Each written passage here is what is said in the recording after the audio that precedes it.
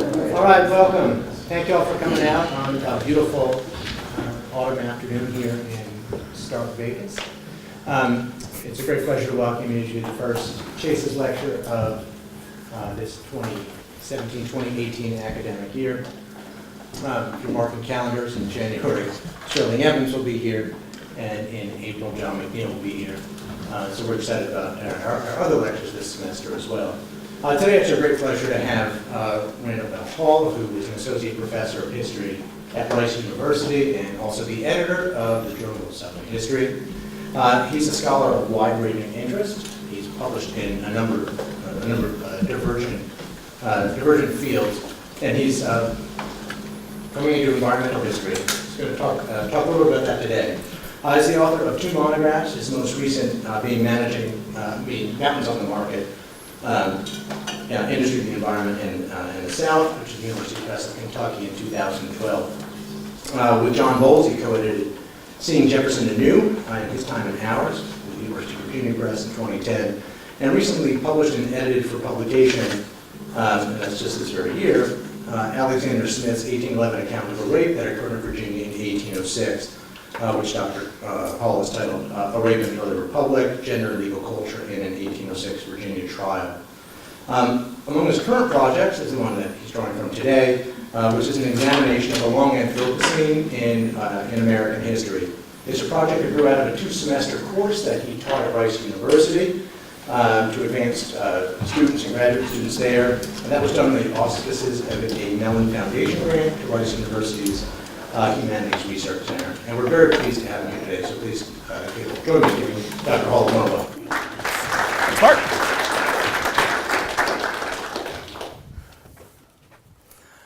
Thank you, Mark, and let me reiterate my thanks to all of you for taking time on a Friday afternoon so that I can share what is really a very early draft of a work in progress. So I really hope to pick your brains today for guidance on what parts of this seem potentially useful or convincing and what parts do not. I should first offer an additional word or two about the origins of this piece. So as Mark said, during the 2016-2017 academic year, I did have the chance to convene a year-long interdisciplinary seminar on this topic, and it had the participation of some historians, but also advanced graduate students in English, anthropology, and religious studies. So there were five students total. And many of the ideas in today's talk emerged from discussions with those students. It was one of the more rewarding things I've ever done in the classroom. And also with visiting participants, we were able to bring a number of lecturers and trade ideas with them. And with Abby Spinak, who was a postdoc with an urban studies and history background, and she joined the seminar and played a crucial role in it. So Abby and I are working together to try to co-author this thought piece, of which today's talk is a shortened version. So I want to be sure to credit the good ideas are probably mostly coming from her. So, on to the Anthropocene. So historians have yet to weigh in extensively on the Anthropocene, yet the historical lens does have much to offer in examining the intellectual development of this widely used term and shaping its continuing usage as an analytical tool. We propose a historical perspective on the Anthropocene that can help it retain an academic and political flexibility even as geologists attempt to apply the idea more rigidly. In contrast to geologists' search for a, quote, stratigraphical basis for the Anthropocene that would constrain it as a potential geological time unit, we propose a historiographical Anthropocene, the long Anthropocene. So I'll proceed in my talk by offering an overview of the popularization of the word Anthropocene and its use by geologists. And then I will talk briefly about how historians use the idea of long periods of time to break down arbitrary temporal constructs. And I will then speculate about how thinking with the help of a long Anthropocene concept could possibly change some of our emphases and arguments in U.S. history. So I promise that then, somewhere around just over 35 minutes from now, you'll hear the best phrase in any talk in conclusion, because I do want to have plenty of time to hear your ideas. So, in the year 2000, atmospheric chemist Paul Crutzen and biologist Eugene Sturmer proposed that the post-Ice Age geological epoch, the Holocene, has ended and that the Earth has entered the Anthropocene, a time marked by what they called the central role of mankind in geology and ecology. They seized a word that had been used a few times in the past, and then they put it at the center of what is still an ongoing intellectual debate. In the hands of Crutzen and Sturmer, the Anthropocene had a historical resonance, even though it was not the creation of historians. In their seminal year 2000 publication, they concluded that, quote, to develop a worldwide accepted strategy leading to sustainability of ecosystems against human-induced stresses will be one of the great future needs of mankind. They supported their claim by citing historical changes, such as population growth, expanding livestock numbers, urbanization, use of fossil fuels, deforestation, and other human transformations of land surface, increasing rates of species extension, release of synthetic chemicals, declines of fisheries, geochemical changes to large freshwater systems. So a number of changes that have historical resonance. And I have a quote on the little sheet I handed out that is a lengthier quote from their article, if you want to look at that in more detail. So though Crutzen and Sturmer were concerned with climate science, geologists eventually took notice of the emerging terminology. After all, the Holocene is their possession. Jan Zalasevich, a paleobiologist at the Department of Geology at the University of Leicester, has explained that the Anthropocene terminology, quote, took off and got used for quite a while before geologists even realized what was going on. Within the International Union of Geological Sciences, the International Commission on Stratigraphy is the largest organization. In 2009, the Commission created what was called the Anthropocene Working Group to begin examining the issue of whether the Anthropocene belongs on the International Chronostratigraphic Chart. So Zalasevich has chaired the working group from its inception. In taking up the question of formal designation, he and the committee moved the Anthropocene debate in a very different direction. In August 2016, last year, fortuitously just as the seminar was convening at Rice, the working group announced its recommendation to the International Commission on Stratigraphy that a new geological epoch indeed be defined with a start date in the mid-20th century. Geological time is defined quite specifically. Usually, they triangulate the existence of exceptional measurements in stratigraphic material, for example, rock or glacier ice.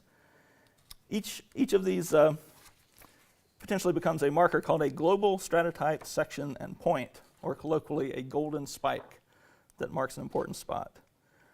Early calls for an Anthropocene epoch imagined the beginning of the industrial era as such a tipping point between man and nature. But the potential golden spikes that have drawn the most interest from the Anthropocene Working Group are the byproducts of mid-20th century science and industry. Plutonium deposits in the soil circa 1951 from nuclear testing. There's a spike in fly ash residue around the same decade. Increases in atmospheric CO2 and a proliferation of non-degradable plastics and aluminum were some of the most discussed possibilities for a golden spike. So though the Anthropocene Working Group includes some interdisciplinary representation, it has worked firmly from within geology and has moved away from the complex long-term historical processes in their search for universality. So Zalasevich explained in an interview, we should be able to recognize a horizon, a layer of the same age that you can use as a marker, that you can track across pretty well the whole Earth, or as much of the Earth as you can manage. The Anthropocene designates the age of humans, that's what it means, but ironically, acknowledging the complexity of human events became less important in this process. Zalasevich elaborated that the important thing is not so much that the time steps represent important happenings, but that also that the time steps are even across the Earth and that you can trace them.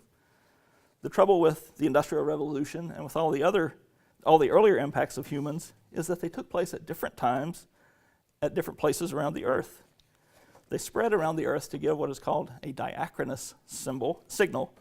We need synchronous signals.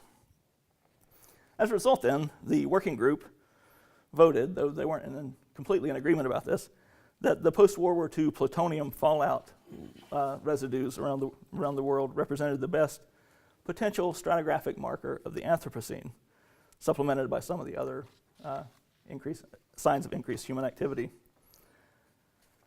So it seems to us that once the debate entered the working group, this effort took what historians might regard as a futile quest for objectivity. Zalesevich himself argued in an interview that for this exercise, we are simply trying to objectively, perhaps dispassionately, some people say over-dispassionately, establish what is going on within this particular kind of geological concept and framework. It's this quest for scientific objectivity that led the move toward a foreshortened Anthropocene. So ironically then, it's the working group in pursuing simultaneity and universality that weaken the concept's formative connection to historical roots of anthropogenic climate change. Advocacy of the post-World War II golden spike, we think, unnecessarily thwarts discussion of longer-term industrialization and political processes of both human and ecological exploitation that are manifestly important to human impact on non-human materiality. Historians, we think, need to restore the concept's original premise for better analyzing the changes that swept across the globe over the centuries since the first extensive European contact with the New World.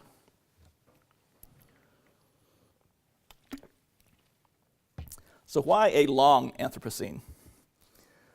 In history, as many of you know, the use of long has become a frequent trope to define periods across arbitrary time markers, such as centuries, that obscure social, economic, or political continuity.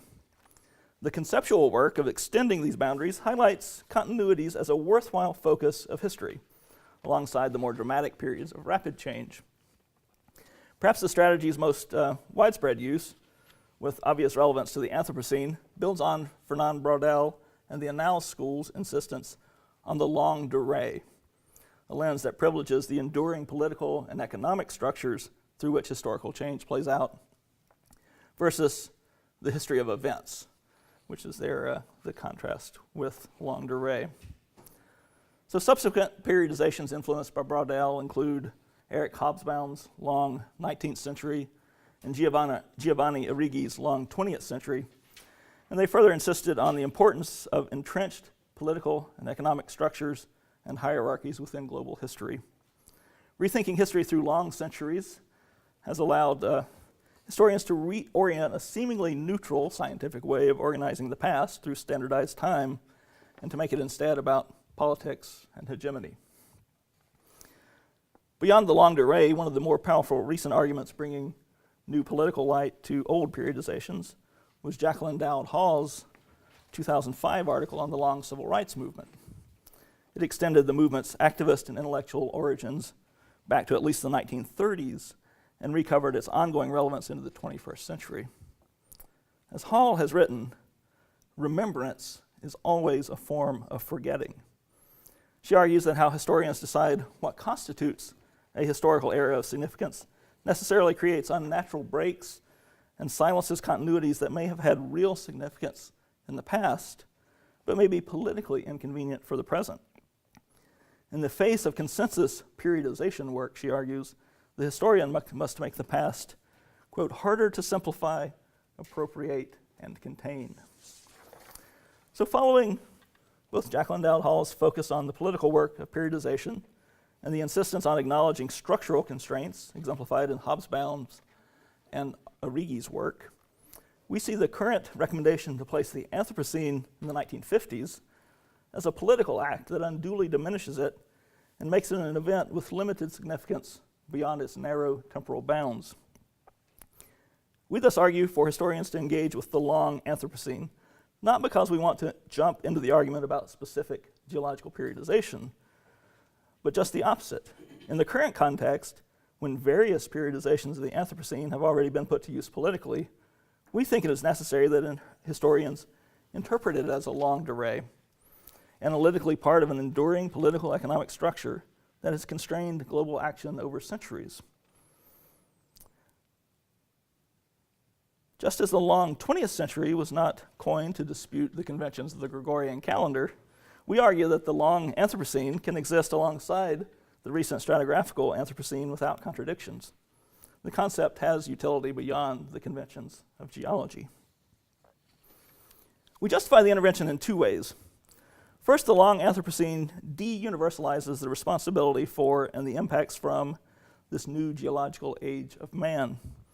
We insist that it has geopolitical economic origins that are open to historical investigation. Second, many of the long historical narratives of political economy neglect the environment. We see the vital need for a more historicized and variegated long Anthropocene, even as it brings together environmental history with the world system's insights of Brodelian political economy to potentially raise environmental justice above more elitist environmental perspectives in Anthropocene discourse.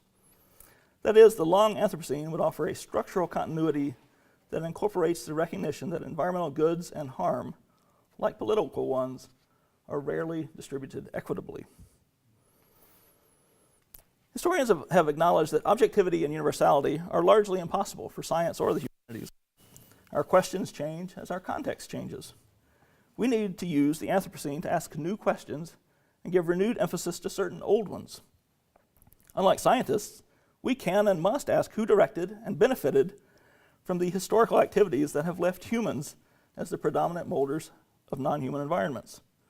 Seeing the Anthropocene as a chronologically flexible analytical tool, rather than a rigidly defined moment, allows us to connect the distant past and as well the present, connect the distant past to the present to future responses to climate change and the related degradation.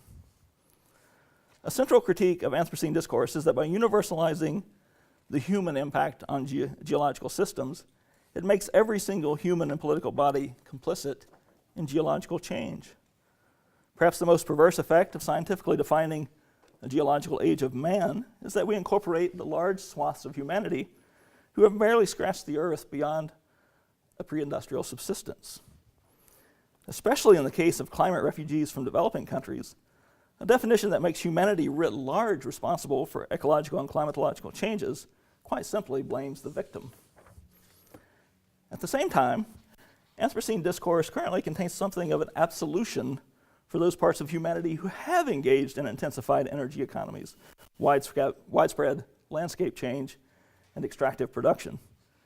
Anthropocene discourse has tended to excuse industrialists and high-consumption societies due to their supposed ignorance of the effects of their actions.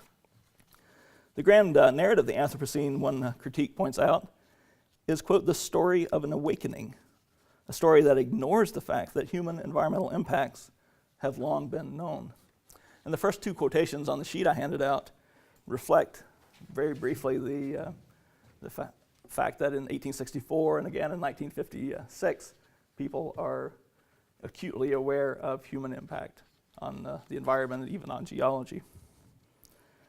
So in using long in the historiographical sense to understand the Anthropocene as a set of geopolitical relationships that gain dominance unevenly and incompletely over several centuries, our long Anthropocene thus implies a political order in which there are, as there always are, hegemonic powers and subversive ones, elites who reap benefits from the status quo, those totally subjected to its whims, and untidy networks of communities at its margins. There is, in short, a historical question here, with implications for ethical and political ones already in play. Within the geologist's Anthropocene is a global epic. The long Anthropocene draws attention to the unequal contributions of specific historical actors. In order to consider the efficacy of the long Anthropocene as a concept, therefore, we need to place it, see what it does in context. A case study is in order, and the United States is a fitting candidate.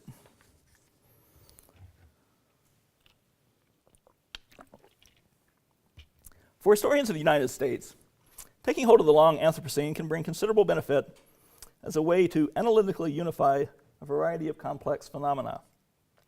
Tied closely to the developing Anthropocene are the rise and dominance of capitalism, the nationalist commitment to expansion and unlimited growth, and the corporate economic structure that privatizes profit and leaves damage as an externality. America's disproportionate economic power and consumption justify thinking of it as an Anthropocene state from its colonial inception to its cohering as a nation. So briefly, calculations of countries' cumulative carbon dioxide emissions, for instance, reach as far back as 1850. The World Resources Institute estimates that between 1850 and 2002, the United States emitted 29.3% of all carbon dioxide released from the use of fossil fuels. If land use changes are taken into account, the U.S. percentage of carbon dioxide emissions drops a little bit, but is still greatly disproportionate. Great Britain, France, and Spain, the imperial forerunners in North America, on the North American mainland, likely would rank high on that scale as well if data could be compiled for the pre-1850 period. So if we define the long Anthropocene as the political, ecological system that began sometime during the age of exploration and was governed substantially by the geopolitical world of Atlantic trade, then the entire existence of the United States as a country can be reinterpreted firmly as within the long Anthropocene. By the time of U.S. independence, the new nation was already an Anthropocene nation, commodified, capitalized, and enmeshed with the world. This line of inquiry, we think, has the potential to draw together several new perspectives in American history and related fields, including the history of territorial expansion, the influence of global finance and regional development, infrastructure studies, and public health. Recent histories of the territorial and mineral appropriations of U.S. agencies beyond national borders, for instance, paint a picture of the United States as inherently and relentlessly expansionist, before but also well after the so-called closing of the frontier.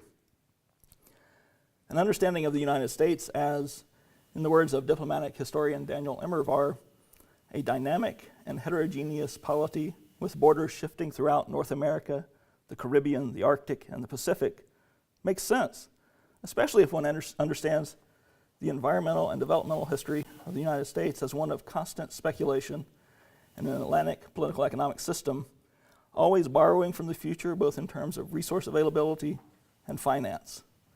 We might call this a culture of continually deferred scarcity, driven by the normalization of development. Thinking through the perspective of the long Anthropocene also brings questions about democracy back to the forefront of historical thinking, just as the frontier thesis once led to much productive dialogue about democracy's future in the face of a closed frontier.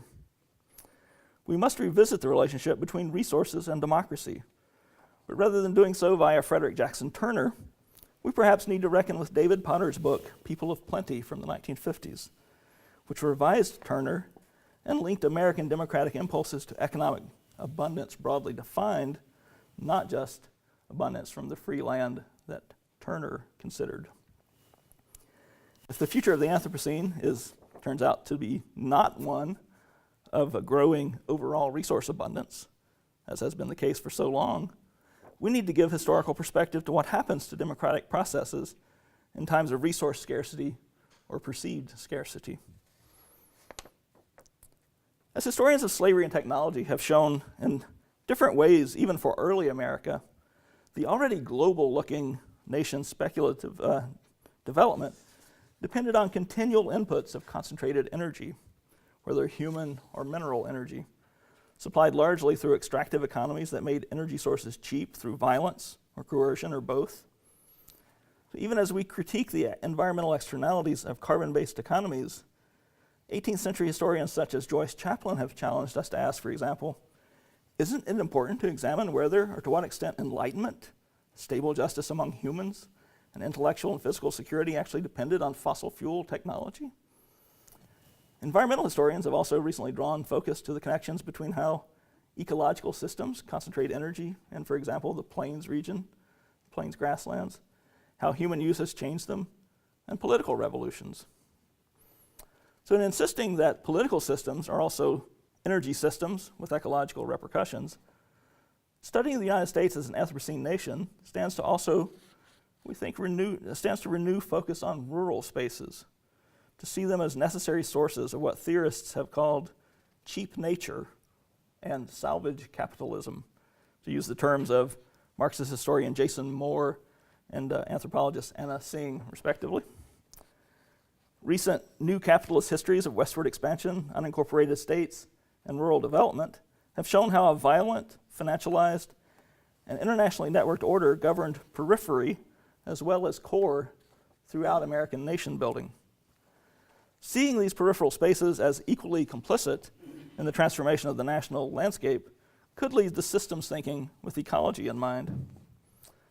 Canaveri Bolton Valencius, for example, has called for historians to write more large-scale narratives from a cultural and environmental perspective, histories that are grittier, messier than the grand narratives of political and military history, whose sources too often only reflect the beliefs and experiences of literate and politically powerful white men.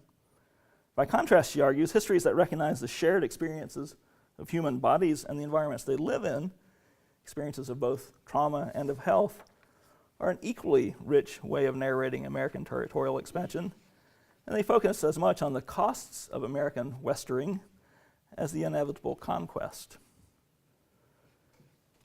Historians can and should link the post-World War II moment to the much longer story of settler colonialism in America. Given that plutonium fallout represents a key marker for the short post-1945 geological Anthropocene, the American Studies scholar Tracy Bryn Voiles shows a positive way forward in her book called Wastelanding: Legacies of Uranium Mining in Navajo Country. The flash of an atomic bomb in the mid-20th century depended on centuries of defining Native American lands and people, and other lands and people used by Western powers for their resources, as being open to exploitation, including exploitation for the uranium ore that was mined so assiduously by corporations and native laborers during and following World War II, with all the horrifying effects on land and bodies. As a precondition for this to take place, Voiles shows, the Navajos' long-settled agricultural land had to be forcibly redefined as a frontier landscape long before. She argues, quote, settler colonialism is so deeply about resources that environmental injustices, whether on native lands or the lands of others, must always be viewed through the lens of settler colonialism. So we likewise see the potential for a more geopolitical or world systems rereading of early American texts that engage with environmental resources and ideas of development and conservation. For example, revisiting James Fenimore Cooper's writings, such as the Leatherstocking novels, with the long Anthropocene in mind, it highlights discussions of waste and scarcity and expansion in early New England and on the edge of the Great Plains, discussions that seem almost contemporary in their expectations of development and economic growth. Similarly, if we think of Sierra Club founder John Muir as a citizen of the Anthropocene when rereading his travels in Alaska, it contextualizes the kind of natural knowledge he creates as being consistent with the already booming Alaskan pleasure cruise industry. He often sees tourists in Alaska and is in some ways one himself. So in the long Anthropocene, American writing about nature again becomes something to be read politically and vice versa. Diplomatic historians have long worked to understand American influence around the world, but other subspecialties must embrace that quest in some more direct ways.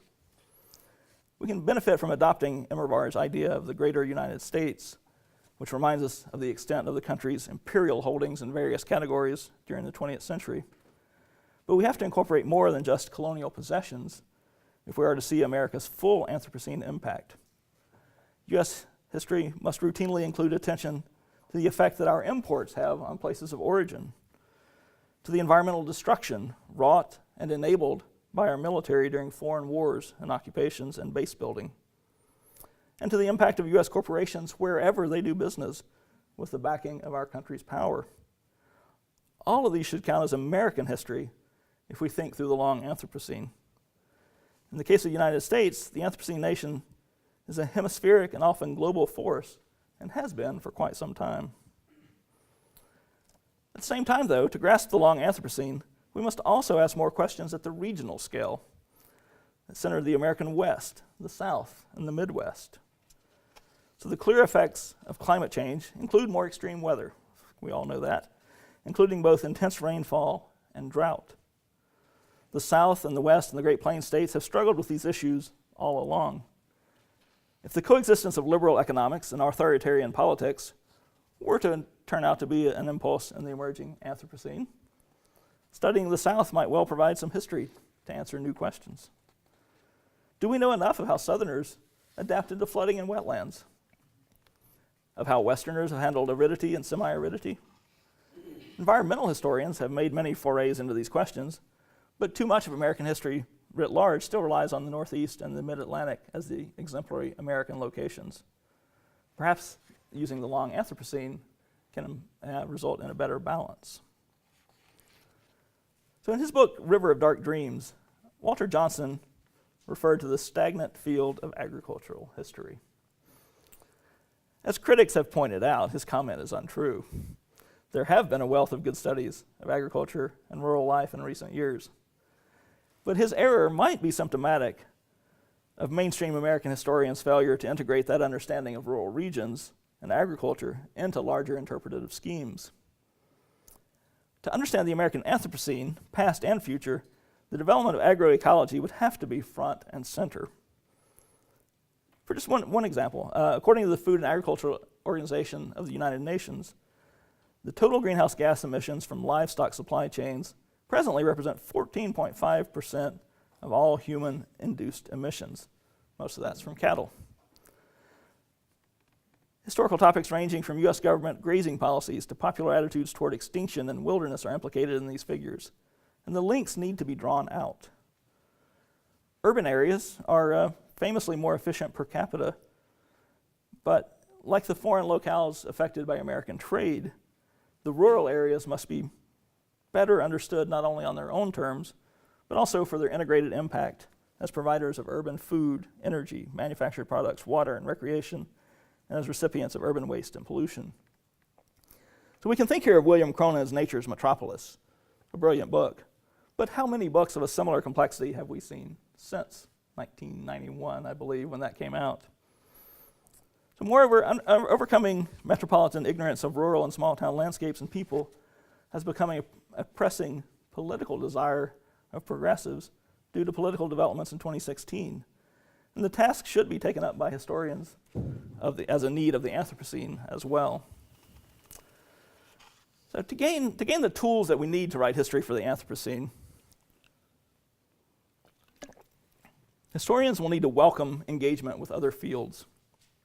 Perhaps most obviously the climate sciences and economics, but also disciplines such as anthropology, literature, and Black studies.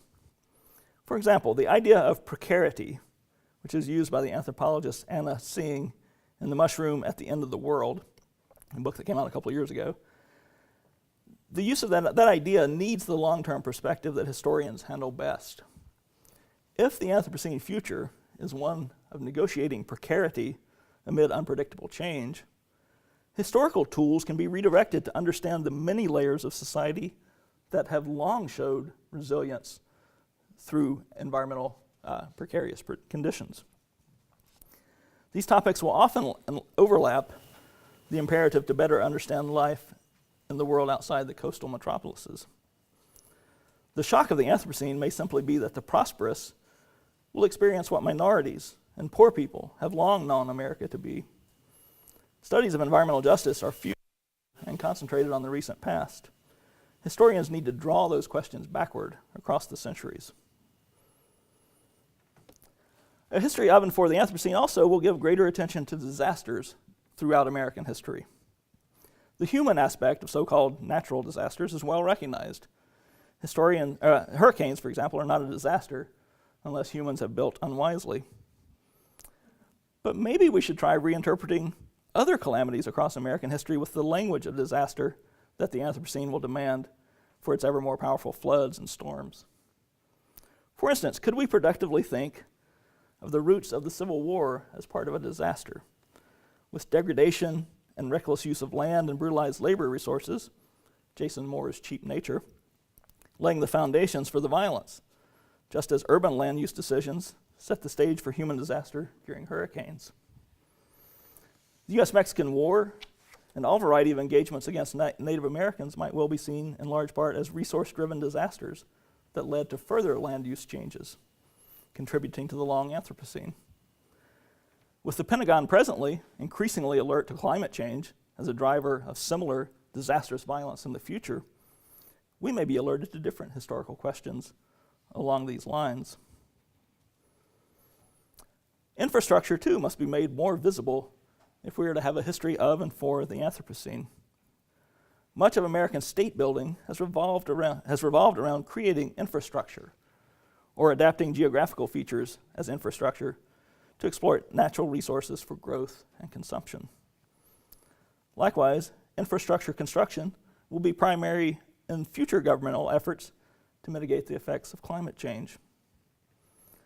Energy historians have begun to open up the long-term links between economic exploitation and the canals, grids, corridors, reservoirs, and other aspects of what was once called internal improvements. How does a city handle extreme heat? What are the political and environmental ramifications of major infrastructure to irrigate crops in arid and semi-arid regions, or to air condition a desert city? How did surveying make every inch of U.S. territory legible to those seeking to alter it for profit? Population growth, food supply, technology, and what is very important, the limits and dangers of technology will intersect anew to supplement the existing studies of these sorts of topics. To answer these questions will be vital to understanding geoengineering proposals that in the future will address Anthropocene troubles. Historians need to rethink the frequent institutional choice to segregate scholars of science and technology out of the mainstream. Learning the history, for example, learning the history of the Haber-Bosch process to fix atmospheric nitrogen is not difficult. But how many U.S. historians have contemplated that it made possible the explosion of human population over the past century with all the attendant deepening of the Anthropocene? If we take seriously that most or all of American history since European arrival has unfolded during the Anthropocene, the age of humans, then another pressing need is to understand who has been considered human. This immediately sends historians in search of values and their evolution over time and place. Those are arenas geologists cannot easily enter. To think of America as an Anthropocene nation means not only understanding its driving ethic of growth, but also identifying who took part and who was taken apart in that process. Analyzing racism is a key part of that line of analysis. As early as Federalist 54, explaining the 3/5 compromise on population counts for political apportionment, James Madison captured early American understandings of slaves. He wrote, "We must do not deny the fact that slaves are considered merely as property, and in no respect whatever as persons. The true state of the case is that they partake of both these qualities." Historians have protested the recent use of dehumanization as an analytic for the enslaved. But some literary critics and Black studies scholars have embraced the concept, along with the closely related idea of parahumanity. Most historians will not follow Jason Moore all the way to his lumping of enslaved women and exploited peoples together with exploited ecological resources to create his category of cheap nature. But whatever the choice of terminology, historians do need to think carefully about how some humans have served and continue to serve as resources for the powerful to catalyze the exploitation of the natural world.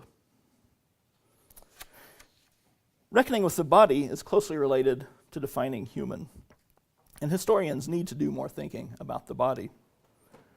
Our multi-species entanglements have led some theorists to outline various post-human theoretical stances. Historians, I think, are unlikely to broadly accept post-human ideas. However, the human body and all its entanglements, and particularly the laboring body, is and has been a primary register of the Anthropocene. Crafting long-term analysis of the body's place in non-human nature demands steady inquiry into an interdisciplinary matrix of topics tying together labor regimes, disease, medicine, and the synthetic chemical soup surrounding us in the post-World War II era. It is in relation to their bodies that humans have perhaps been the most perceptive in observing the non-human world, as Conaveri Valentius shows for 19th century Arkansans and Missourians. Linda Nash, too, in her book Inescapable Ecologies, similarly finds that for pesticide-laden Mexicans and Mexican-American farm laborers in late 20th century California, it was individual and local knowledge of bodily effects that served to challenge modern scientific claims. Key to the analysis of both Valentius and Nash and others is the permeable body, that our porous bodies unavoidably mix with the surroundings opens our understanding of human contact with the changes of the Anthropocene. As Nash observes, the body's openness to its environment challenges the closed and rational dreams of modernity's capacity to manage ourselves. Tropical diseases, for example, have often been associated with minorities and faraway possessions. As the climate changes and viruses and vectors spread anew, these old hierarchies will need to be questioned. And America's widespread presence in the global South can come to be seen as one with the mainland history we've considered so closely. Porosity and permeability need to become routine in the historian's toolkit. Better understanding historical mobility is another increasing need for the Anthropocene. In the past, Americans have moved for reasons of both opportunity and desperation. As climate change deepens, we can expect more of both. Understanding the power relations that dictate who follows which motive for escape will be crucial. So in the well-known Dust Bowl, for example, white Southern climate refugees faced opposition for their movement into California. Eventually, though, prosperity brought by war allowed them to meld into California and soon to be replaced in the fields by Mexican migrants seeking opportunity in better climates. The present attempts politically to limit cross-border mobility may harken back to the original harsh reaction to the Okies and to the future of climate refugees in a challenged economy. Will there be a right for the poor to retreat from rising sea levels? Intellectual historians may be well equipped to respond to a haunting scenario raised by the novelist and critic Amitav Ghosh. He imagines citizens of a climate-altered future, looking back to our time, searching, quote, for traces and portents of the altered world of their inheritance. When none are apparent, he asks, what can they do, other than to conclude that ours was a time when most forms of art and literature were drawn into the modes of concealment that prevented people from recognizing the realities of their plight. They may call our era, quote, the time of the great derangement, Ghosh predicts. The implications go far beyond literature and art in the present. Intellectual and cultural historians can and should apply their keen methodologies to interrogate the unthinkable and the silences surrounding environmental and political issues in both the recent and the deeper past. History covers what did not happen as well as what did, both thoughts and what seemingly could not be thought. As Paul Sutter has explained, the newest generation of environmental historians have moved well beyond tired old dichotomies of humans and nature in favor of exploring hybridity in a way that sometimes intersects with our recommendations here for understanding and utilizing the long Anthropocene. However, environmental historians, like members of most subdisciplines, struggle to reach beyond their internal debates and change American history's larger structure. Some fear, in fact, that in trying to do so, environmental historians may lose the field's original justifying emphasis on the material world. The long Anthropocene offers a very inclusive rubric with which to advance our comprehension of the human, ecological, geological interface. This approach to environmental issues, very loosely conceived, cannot easily be shunted aside as a niche concern. Keeping the long Anthropocene, with all its mix of topics, distinct from purely environmental history, might also allow environmental history to keep to its original mission. Now, those important words. In conclusion, the Anthropocene has already demonstrated considerable durability as an idea. So willingly or not, we think historians must take some responsibility for more effectively interpreting and shaping the political and analytical work of the concept. So here I've outlined a methodological approach by interpreting the geological Anthropocene with its recommended origins in the golden spike of the 1950s as an event, and proposing that the long Anthropocene, the geo-eco-political economics of the post-Columbian world as the structure, have argued for the Anthropocene's constructive intellectual potential for historians. We do indeed constantly ask new questions, find answers. More than ever, our changing times demand these new questions that the Anthropocene analytic can formulate And if we must have an Anthropocene, let's have a Anthropocene. Thank you.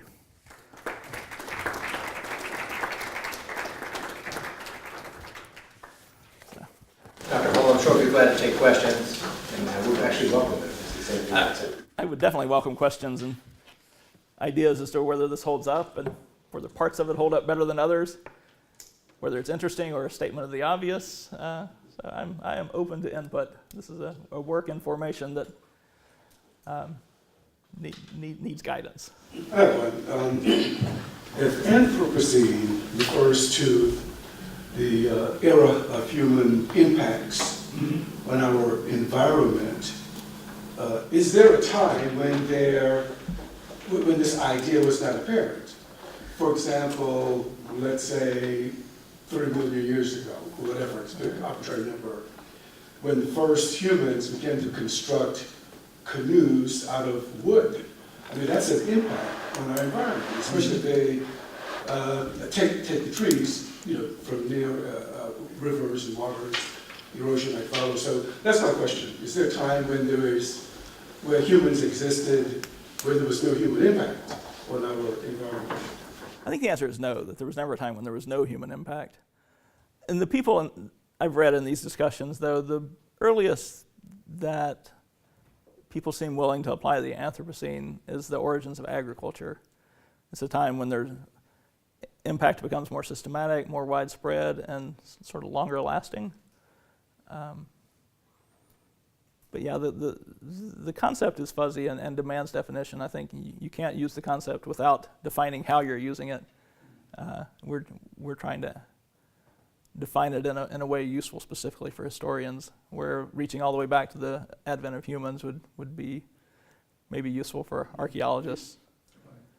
One follow-up question, and I'll leave you alone. You used the word enlightenment, and I'm intrigued by that word, and intelligence. And I want to ask you an off-the-wall kind of question about our environment, about our universe, in a sense. And the question is the universe, is our environment intelligent? And if it is intelligent, as humans act out in human ways, is it reasonable to assume that an intelligent environment, an intelligent universe, might respond in appropriate ways? Oh, wow. That goes well beyond my capacity into philosophy. I threw enlightenment out in a quotation from Joyce Chaplin, who was using it, I believe, if I recall correctly, in the context of the 18th century Enlightenment in European thought. And she's arguing that sort of the formation of the wealth and the urban life needed to create this intellectual renaissance was premised in part on industrialization, and what she calls, and I think the title of the article where I took the quotation from is called "The Other Revolution." Should we be paying more attention to the Industrial Revolution than to the American Revolution in setting the conditions for Enlightenment thought? So that's the context where I think the Anthropocene can encounter enlightenment in productive ways. To the broader question of an intelligent universe and human activity, I really can't go there into big history or deep history. I haven't embraced those ideas in a way that I found useful. You mentioned that the team or group that you're working with are interdisciplinary. Are you also including individuals from developing nations, scientists, researchers, historians, whomever? I'm afraid not. This was a one-year-long seminar, so there was only a limited opportunity to do that. It was a Mellon Foundation grant to Rice to carry on these advanced seminars. So it's graduate students beyond their normal coursework who are supported to take that on. So it is limited to this interdisciplinary work on the campus. For me, it's not. I'm not arranging an ongoing seminar, so I won't have institutional interaction in that way. But in terms of reading and learning from, yes, I think there's a lot to be learned from the perspective of other countries. And in some respect, the literary critic Amitav Ghosh, who I mentioned there, brings some of the post-colonial literary response, input and ideas. But there's definitely a lot more to learn for me and for the field at large. It's kind of a follow-up question. In the sense that you make a compelling case for looking at the United States as an Anthropocene nation, and immediately in my mind I thought, does that mean there are non-Anthropocene nations? And I was just wondering if you could sort of, are you trying to limit, it didn't seem like you were trying to limit that to the US as a US analytic, but I was just wondering if you could speak to that, applying this analytic to the developing world a little bit more. So I'm definitely not limiting it. I see the U.S. as a case study, but I do see the U.S. as a particularly apt case study because of our disproportionate impact in the Anthropocene. Both what we've done in North America, and then as our projection of power has grown, and what the U.S. has done around the world in doing this. But I do think the question of applying the Anthropocene to other nations is a very interesting and subtle one, and one that's troubled different theorists, I think. So the Depeche, one of the sort of formative pieces of writing that advanced the discussion of the Anthropocene was a piece by Depeche Chakrabarty, in which he was perceived as saying that we're all in this together, that the Anthropocene applies to everybody, which it does. Of course, we are all in it together. It's a global phenomenon, but I think it has to apply in very specific ways to everybody. The idea of blame and of responsibility and of how it's happened is going to play out differently in every place. So I think, even though it's a global phenomenon, it's actually a powerful argument for the importance still of nations. So some literary critics that I was in conversation with at a conference seemed kind of to push back against the idea of the ongoing importance of the nation. This is a crisis time for humanity, but I think historians know that power always plays out in specific settings. So that's my thought about that. So I don't know. What do you think? I don't know. Does it seem like a useful one? Well, I was just curious. Supplement to national history? Because of the frame that you used in this talk was very U.S.-centric. So Yeah, I'm an anthropologist, so I think outside the U.S. a lot. But I was just wondering how powerful a story of a Vanuatu or some other place that's doesn't have this sort of impact, right? Not clearly part of the story. I liked your answer, I guess, is what I would say. But how you approach the question, how you sort of I was curious about historians and how you apply a methodology to this in different locations. But anyways, I don't have a good answer back to you. That does make sense. I think it does have to be applied differently. And of course, the title of my talk today is playing off of Frederick Jackson Turner's famous essay on the frontier in American history, which is again a very U.S.-centered focus. I mean, that's where my interests and to the extent that I have it, confidence lie. I'm going to end up with a roundabout question about the end of your talk, where you're trying to make a division between environmental history to say that we can study the long Anthropocene and also then let environmental historians do what Mark wants to do with environmental history. I was hoping I would get some feedback on this. So, is there anything at all to this idea? Well, I'm a little confused by it. So, and I think this gets to Stephen's first question, which is, so Anthropocene, and the argument about it is about a time. The Anthropocene itself is a time period, right? So it can be an analytic too, though. It's not just a time period.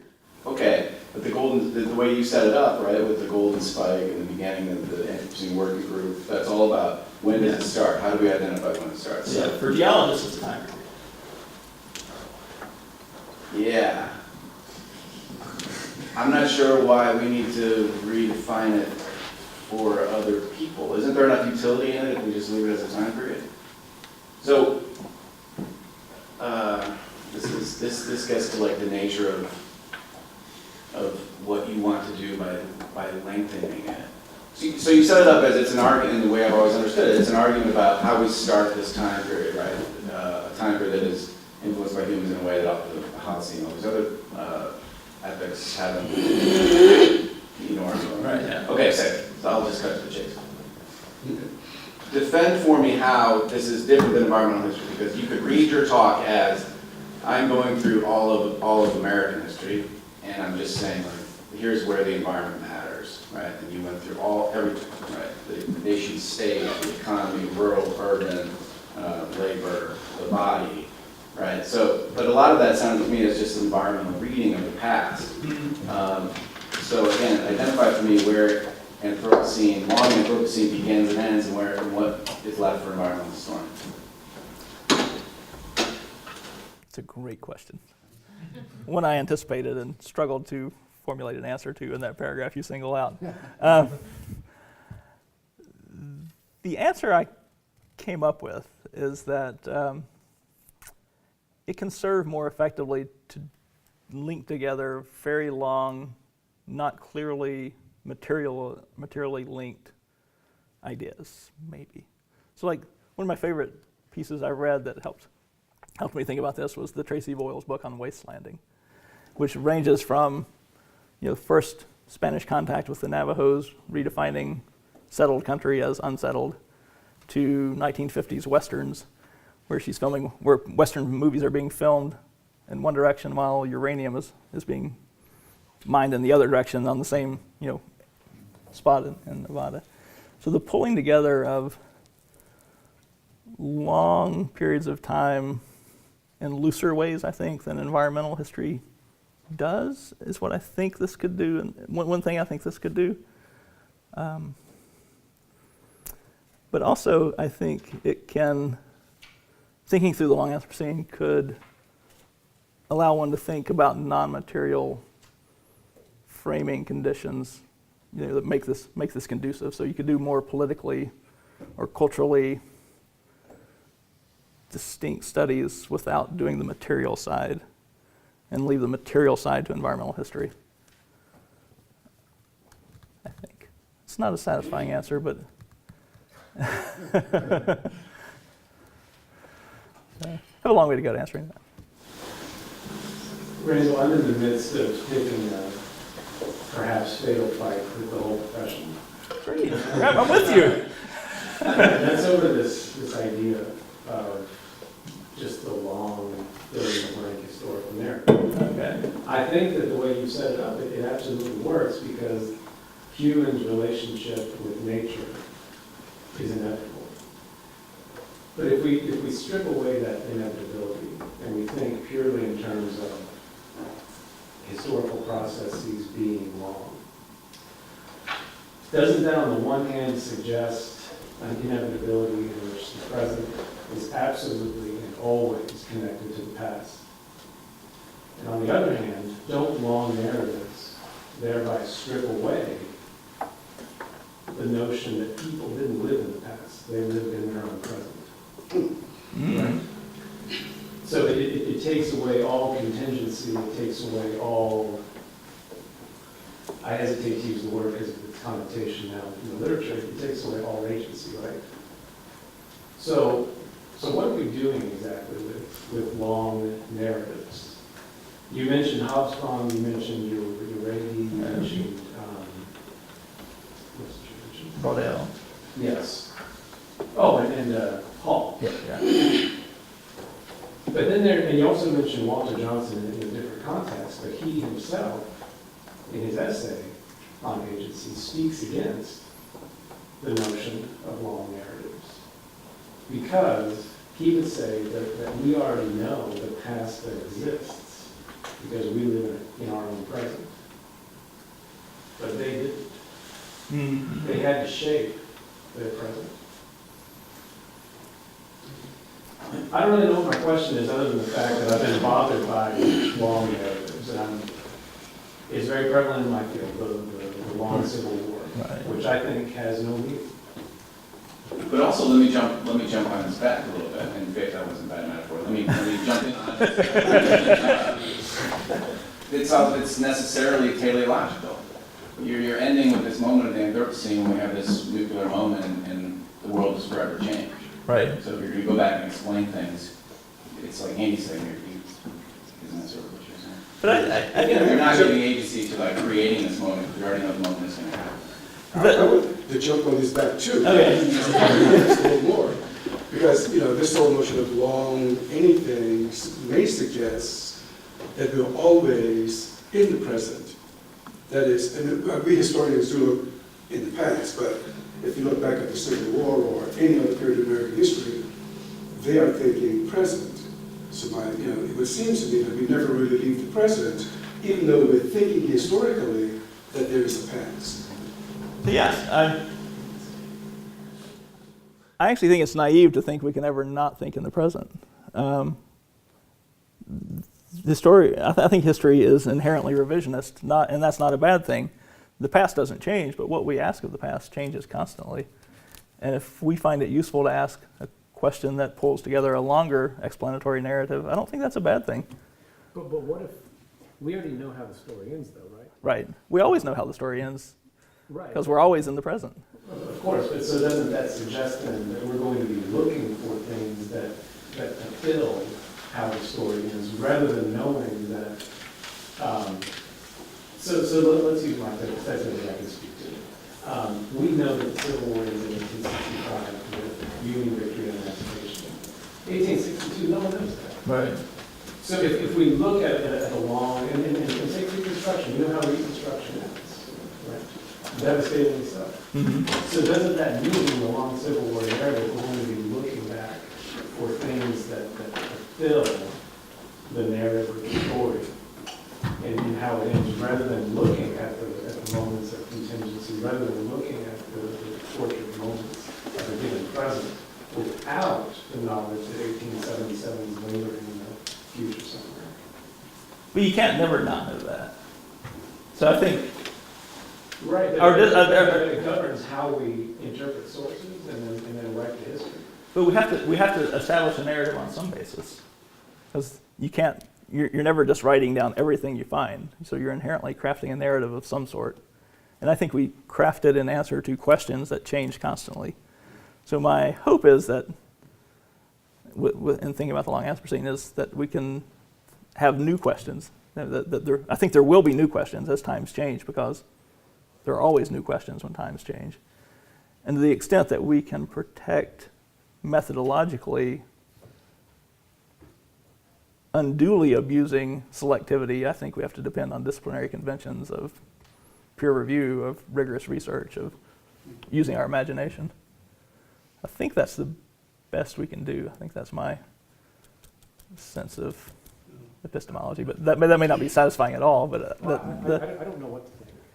I'm still working through it myself. Well, I'm troubled with this kind of thing as well, because Andy says that we know how the story ends, and you talk about constructing, a narrative. Now, do we know how the story ends, or we know how our story of how the event ended, as opposed to knowing the truth about how it ended? I think there's a subtle difference in the two things. I'm not sure if we know how the story ends. I think we construct narratives. We have agreements about how we think the story ends. But we know how the story ends in answer to the way we frame the question at any given moment, I think. But even in the Reconstruction example, there are now people who think Reconstruction goes to 1890. They're redefining Reconstruction in response to new questions of continuities. Yeah, I think they're just wrong. So does Anthropocene also produce beneficial qualities that I'm thinking about? You talk about the impacts, and some of these impacts can be quite destructive. But at the same time, in environmental history, there's this emerging field, environmental law. Mm-hmm. So had it not been for those impacts, perhaps we would not be as vigilant as a society as we are in attempting to protect the environment from these corporate hounds that you mentioned earlier. Mm-hmm. So there seems to be something beneficial about this as well, something that's positive that goes out there. Well, that's a good thought. There are already attempts to mitigate environmental problems.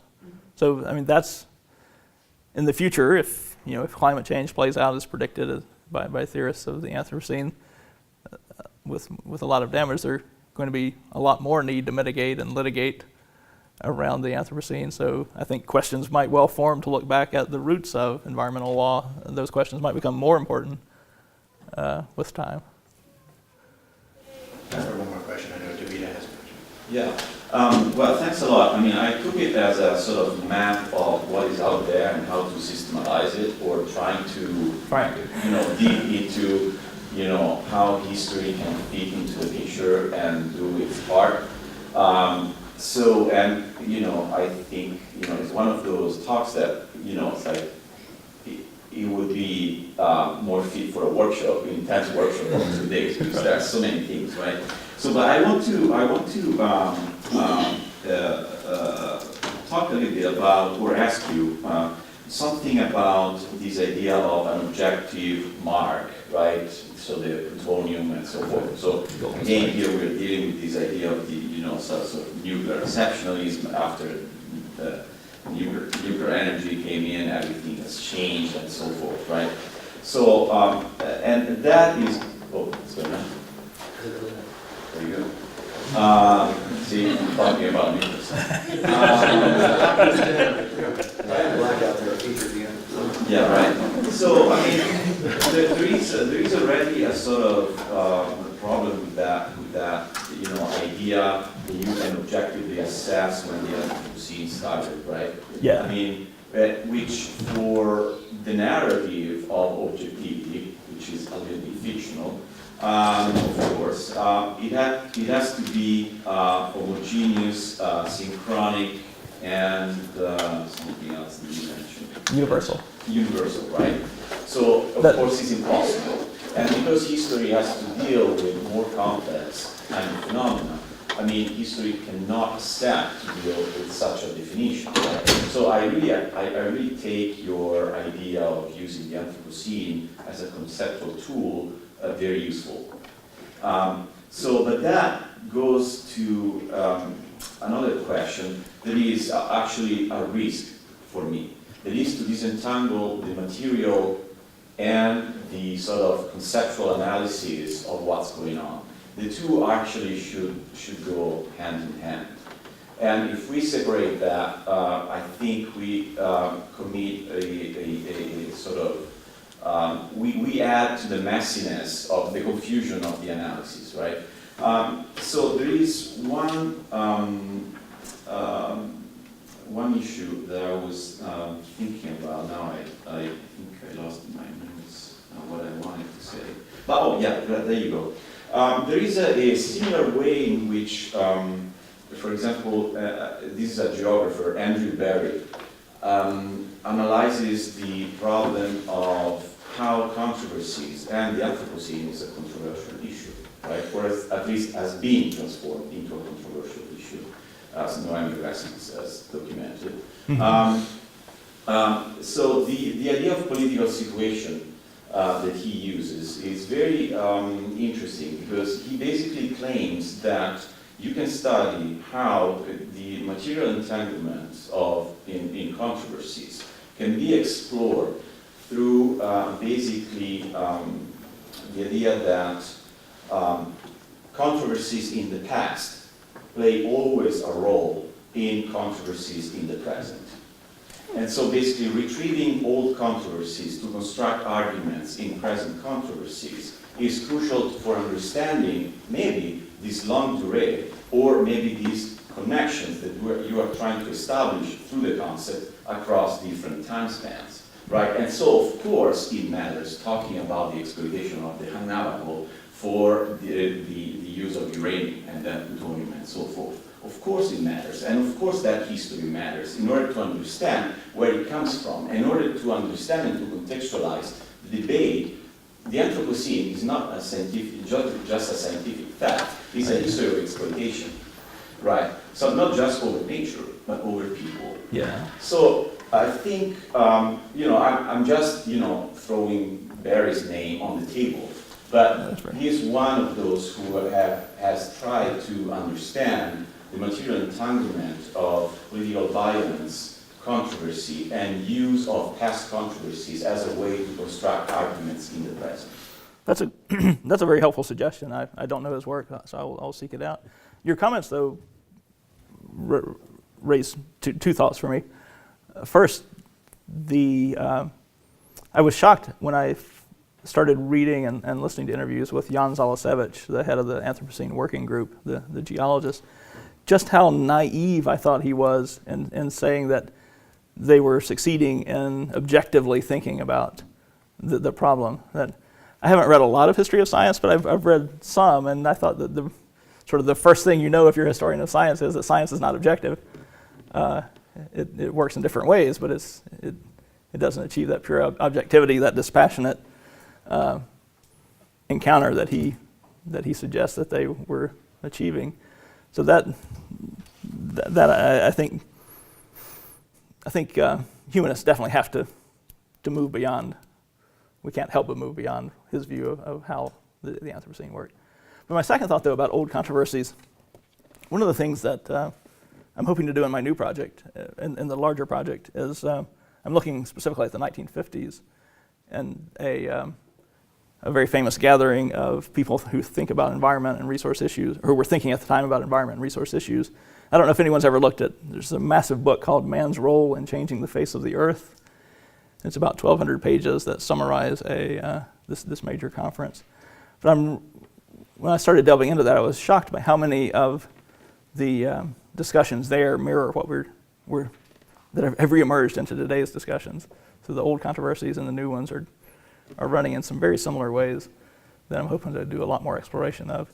And my mention of David Potter's book, People of Plenty, is a 1954 book, and it also has a very urgent contemporary feel when one rereads it today in the light of our debates surrounding material prosperity and in the face of change.